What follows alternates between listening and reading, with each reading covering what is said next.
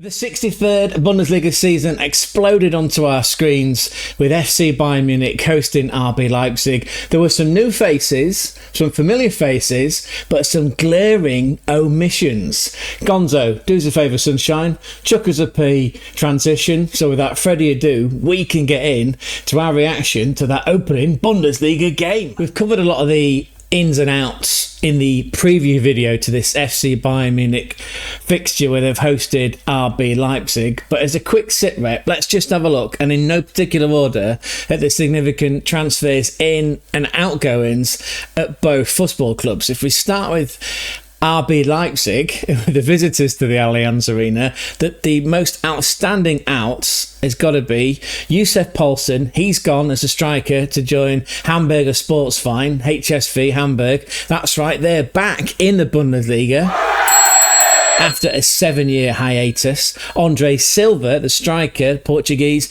he's gone out to Elche. Of course, Elche have just been promoted to La Liga in Spain. And Benjamin Šeško, that's right, the striker, he's gone to Josh Bosch Dart, Manchester United in the English Premier League for a fee that's probably going to end up being 80, 85, 90 million euros. And of course, we did learn in that build-up video, and actually on a previous video, all about Benjamin Šeško and that transfer, that if his goals power Manchester United into the Champions League next season, then his salary will get a bump of a whopping 25%. That's great work if you can get it. In terms of the transfers into RB Leipzig, Johan Bakayoko, the Belgian beast, is the left or right winger. Ezekiel Banzuzi, he's Dutch, I believe. He's coming from Belgian side Liveren, another midfielder. Andre Maximovic, he's coming from Red Star Belgrade. Again, some more muscle there in the midfield. Kosta Nedeljkovic, that's one for Matt, Aston Villa Matt. He was on loan last season. I believe he's a right back. That loan has now been extended, presumably for another season. And Max Fingraf has come in from Cologne. And then what is happening to Timo Werner? The best. What's going on to Timo Werner? Oh, and I suppose the other big one is this new striker that they brought in from Brazil. The boy from Brazil, Romelu. No, not Lukaku. Big Romelu. He's come in from Turkey. Turkish Superliga side, I believe. Yeah, Göztepe. They were, believe it or not, this, as we found out in the research, it's 4 divisions in Turkey. His goals the year before for Göztepe got them promoted from First League, or the Championship, which is the EFL equivalent in the UK, up into the Turkish Superliga. And the last one then is Yan Diomande. He's coming from Leganes, which, funnily enough, is another team that's just been promoted in Spain to La Liga. So there's your RB Leipzig squad. Again, some big omissions in Benjamin Šeško, Yussuf Poulsen and Andre Silva. Some new ones, Bakayoko, Banzuzi, Diomande, Maximovic. And what's going on with Timo Werner? And then looking at FC Bayern Munich, well, we know about the number 25 shape hole in that squad. That is, of course, Thomas Muller.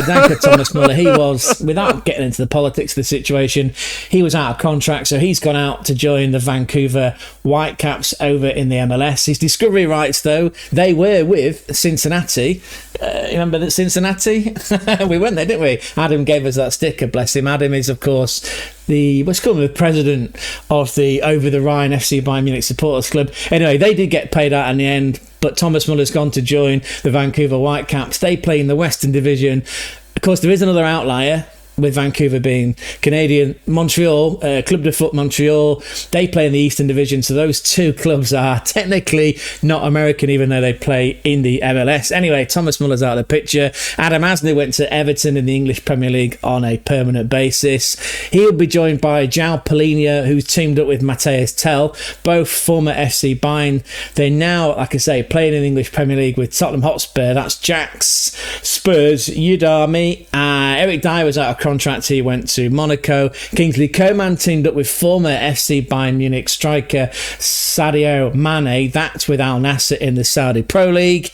And Leroy Sané, of course. Yeah, Leroy Sané had already gone to Galatasaray in Turkey in the Superliga earlier in the summer, but by all accounts, he's not having the best experience. And not to save the best till last, but again, it needs addressing. Paul Wanner, ladies and gentlemen. Paul Wanner, a young man with a lot of promise, wasn't really getting the game time, saw his opportunity.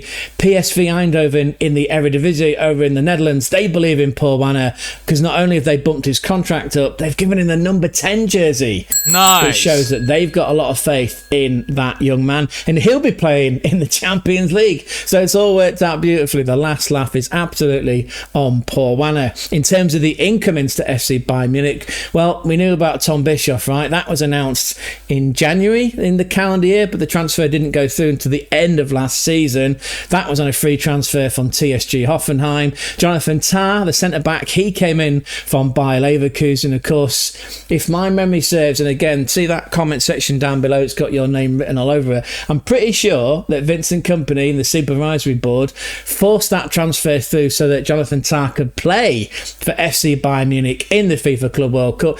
Pretty sure that transfer ended up being around the €2 million euro mark. So again, correct me if I'm wrong down below. And then the big one, more recently, Luis Diaz, Liverpool, Colombian left winger. He came in for €70 million, but that is likely to go up to €75 million based on performances, add-ons, and whatever genius he can bring to FC Munich as the season progresses. Jumping straight into the action from the Allianz Arena. Not only was it a debut to remember for Luis Diaz, he scored a goal, a fucking thunderous goal it was, smashing it into the roof of the net after an assist from Serge Gnabry, the builder. But he was an assist master as well. He set up at least 2 of the goals, of the 6 goals that FC Bayern Munich scored. That's right, 6 goals for this new look, this new attacking four of FC Bayern Munich. And of course, it wasn't just a new look for FC Bayern Munich. There was a new manager came into RB Leipzig. That's after Zsolt Loh, the Hungarian, wasn't given the job permanently in charge of RB Leipzig. They, along with Turkey Jurgen Klopp, decided to bring in Ole Werner, who'd been dismissed earlier in the summer from his position as head coach of SV Werder Bremen. He came in, and a bit like Erik ten Hag over at Bayer Leverkusen, Ole Werner's trying to go through a football manager style rebuild of his own. He's brought in a number of new players. You know, he's got the sword of Damocles hanging over his head because, of course, no one's quite sure at this minute in time just where Xabi Simons, the Dutch attacking midfielder, is going to end up, right? So there's that kind of blot in the copybook. Plus, he's got a bunch of new assets that have come in that probably don't even know each other's nicknames by this point. And his instructions, again, from watching the game via Mark Goldbridge, by the way. Yeah, just a quick shout out to That's Football, Mark Goldbridge. Yeah, he might look like a bit of an autistic puppet out of the Thunderbirds, but do you know what? The Bundesliga have given him the rights, if you're in the UK and Ireland, to have a live watch along. Yeah, he's in the corner of the screens a bit like I am during this screen, but then there's actual live feeds coming in from the Bundesliga from the cameras, right? So that was unique anyway. But my point is, from our vantage point, Ole Werner and his instructions to his team seem to be high line, high press, high line on the halfway line. But time and time again, they were just caught out. I mean, again, jumping all over the place. Min-Jae Kim set up one of the Harry Kane goals, by the way, deep into the second half, like sort of 74th, 75th minute. Min-Jae Kim's a fucking centre-back, right? So he absolutely caught the RB Leipzig high line with its pants down. If we actually sort of address the action as it played out, as you can see, Michael Olise scored the opening goal on the 27th minute. That, again, talking about centre-backs or players being instructed by the big brain one, Vincent Kompany, to push forward from the back. That was his Josip Stanisic assist, even though it's not been credited. He broke out of the back. There was a 1-2 went on with the builder, Serge Gnabry. The ball ends up in the middle of the box where Stanisic is. It looked like he shoveled it out to his right, which obviously is Michael Olise steaming on the left, and he just smashed a half volley which went through the hands of Peter Glassie into the back of the net. Of course, Peter Glassie in goal for RB Leipzig. Did he have 14 clean sheets, I recall, last season? And once upon a time, he was here, wasn't he? He was here at Hull City doing not Richard Knightley, twice the Knightley. One of the 2 times they've been in the Premier League in recent years, anyway. Right, so that was 1-0, 27th minute, and he got a bit of a Cole Palmer sort of cold reaction, and the can and the scarves are in there, and that's pretty wild. Not long after that, within 5 minutes, it's a Luis Diaz goal, what we talked about. Again, Serge Gnabry involved in the action. Ball breaks in the box, he puts it wide to Diaz. Feint touch, right foot, gets himself a bit of room, hammers it just under the roof of the net. It's a beautiful finish. That's 2-0, and this RB Leipzig defence just look like they need some more time with the manager on the training pitch, if we're honest, right? And of course they will get that time as the season progresses. Don't forget, this is only the match day 1 of a 34 match day long season. Michael Olise then gets his second goal. Another assist from Serge Gnabry. This was very reminiscent, by the way, of, and I know it's another team altogether, Dortmund, last season, in that run into the season where Niko Kovac's Dortmund went on to win 7 out of their final 8 games.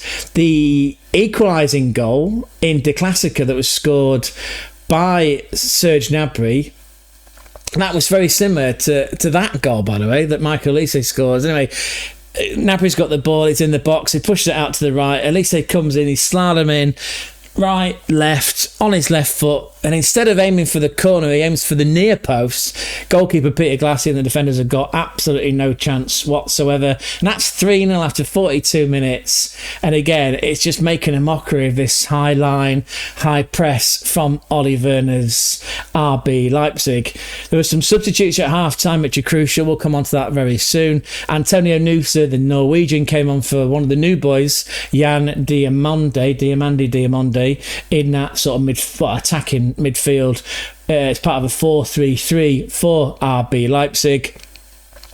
Harry Kane, it wouldn't be an FC Bayern Munich game or an opening game of the season if Harry Kane didn't get a goal. That was a Luis Diaz assist. The ball, I think if I recall, it was Serge Gnabry was involved in this play.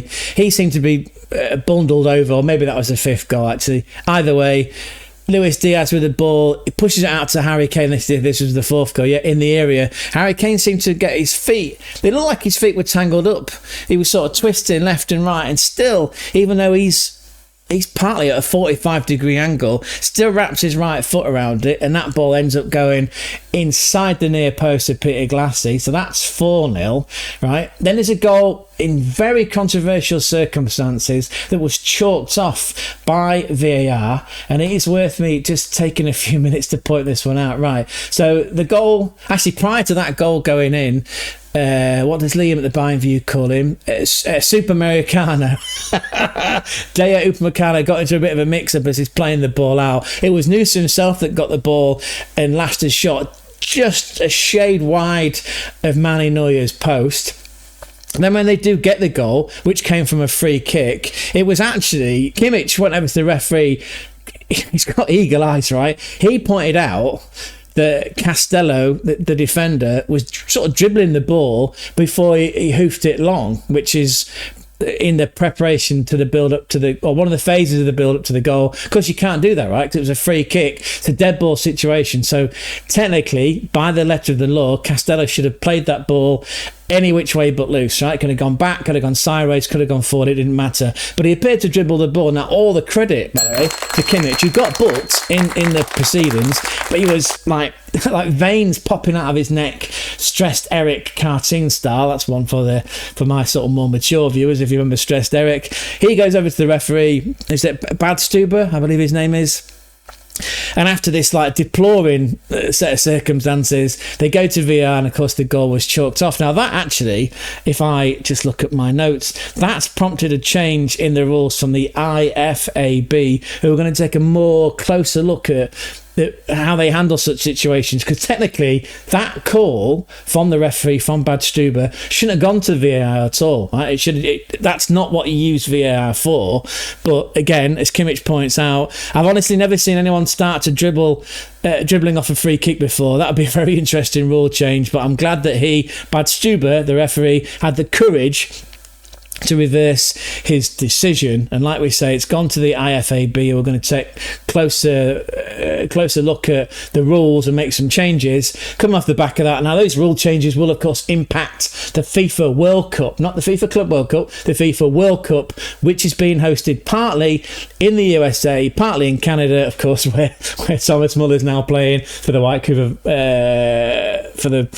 for the Vancouver Whitecaps, and partly in Mexico. Right, so that should have been 4-1. A glimmer of hope, you would say, for the visiting team in RB Leipzig. That goal was chalked out.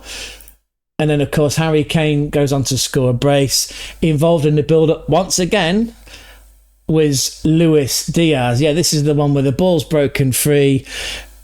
Serge Gnabry, the builder, is absolutely wiped out. I'm not quite sure who that was with. Anyway, Diaz was sort of dribbling with the ball. He puts it out wide to Harry Kane, who just lashes this shot from probably a good 18 yards out. Galassi's got absolutely no chance whatsoever. So that's 5-0. And then the 6th, as I highlighted a few minutes ago, Min-Jae Kim just spots the ball like with his vision, intercepts the play. This was in his own half, by the way. I'd say, maybe 10, 12 yards in his side of the pitch from the halfway line. He pounces on the ball, dribbles it forward, puts it out to, I believe this one went out as far as, went out to Harry Kane, who then just drills the shot in. This time on his left foot. It's his first time actually, across Peter Glassie, and that's 6-0. And the cameras are cutting to shots of Ole Werner, who's trying to keep as steely face as possible, but inside must be thinking, made a mistake, didn't I, with that high line, because you certainly did, son. And he got smashed 6-0 away in the opening game of the season. Your first game in charge. There's a lot of homework that's probably got to be put into the training ground come that Monday morning. In fact, we actually heard that there was a emergency meeting took place on that Friday evening. Apparently, Turkey Chief Jurgen Klopp had flown in to Leipzig, and they were having all sorts of. I imagine, and again, my German is coming on. Isn't that right, Gonzo? It's a claw. It must have been a heated exchange between him, Ole Werner, and the playing squad. Anyway, let's hope they put that right in future match days. Having a look at the overall ratings for the players. Peter Glassie, 3.7. Castelli Lekeba, the guy's free kick. Well, he's dribbling act during the free kick led to the goal that they did score being chalked off. 4.4. Willy Orban, the veteran, the centre-back, the captain, 4.3. That's not particularly great, is it? And Riddle Baku, 5.5. David Ram, all them fucking tattoos, 5.2. He did, on one of those goals, I believe it might have been the 4th goal from Harry Kane, did try on the goal line to sort of clear it, but the ball was, it was too quick. The shot was too quick, too much venom on it, just went past him. If we break this down for FC Bayern Munich, Harry Kane, we can see, was awarded man of the match with a 9.7. Oh, clap that in. Let's clap that one in. Fucking love that. The most foul player as well, 4 times. He played for 86 minutes, 3 goals, hat-trick. That's his 8th hat-trick, by the way. I think he likes Let's it. clap that one. 8 hat-tricks in the Bundesliga, approaching the 100-goal mark as well for the club. What was this? Was this his 98th game, I believe, as well? So it's an incredible return for the English striker. Created 2 chances, 46 touches, 4 out of 5 shots on target, so 80%, offside once.